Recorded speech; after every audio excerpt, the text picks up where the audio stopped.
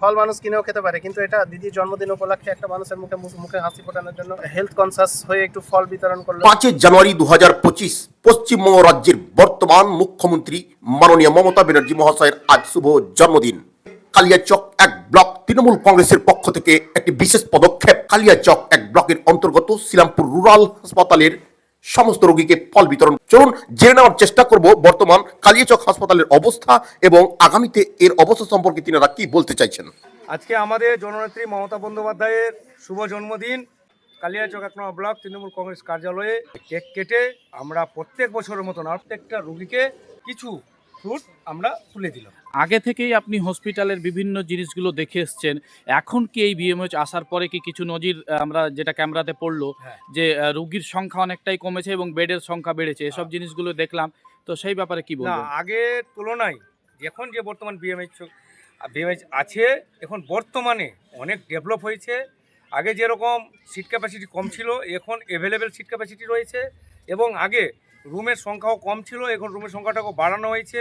Hospital আগে থেকে অনেক পরিষ্কার পরিচ্ছন্নতাভাবেই রয়েছে। বিএমএস সাহেবের সঙ্গে কথাবার্তা বলছিলাম যে গত ডিসেম্বর মাসে কালিয়াচক শ্রীরামপুর রুরাল হসপিটাল সেটাতে 387 জন এখানে ডেলিভারি হয়েছে। তবে দিদির কাছে লোকজন আরও আশা রাখছে যে এই স্টেট জেনারেল হসপিটাল করে দেওয়ার একটা আবেদন আছে। আমরা সেটার জন্য একটা অ্যাপ্লিকেশন করেছি আমরা, এবং সব কিছু মানে আমরা ডিটেলসে লিখে দিয়েছি যে এটা হসপিটালটাকে আরও উন্নত মানের হসপিটাল করা হবে।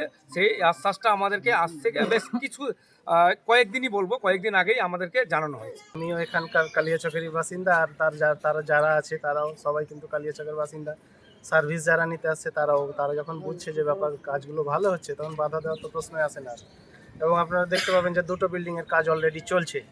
এগুলো লেটে হলেও কিন্তু আমি যে মানে গভর্নমেন্ট যে স্যাংশন করে রেখেছিলেন, এগুলো ব্যবস্থা করে আমাদের দিক থেকেও কিছু থাকে যে আমাকে একটু জায়গা দিতে হবে, জায়গাটা পরিষ্কার দিতে হবে। এরপরে আরেকটা আউটডোরের কাজ চলে এসছে, তো সরকার কিন্তু দিতেই আছে একটার পর একটা।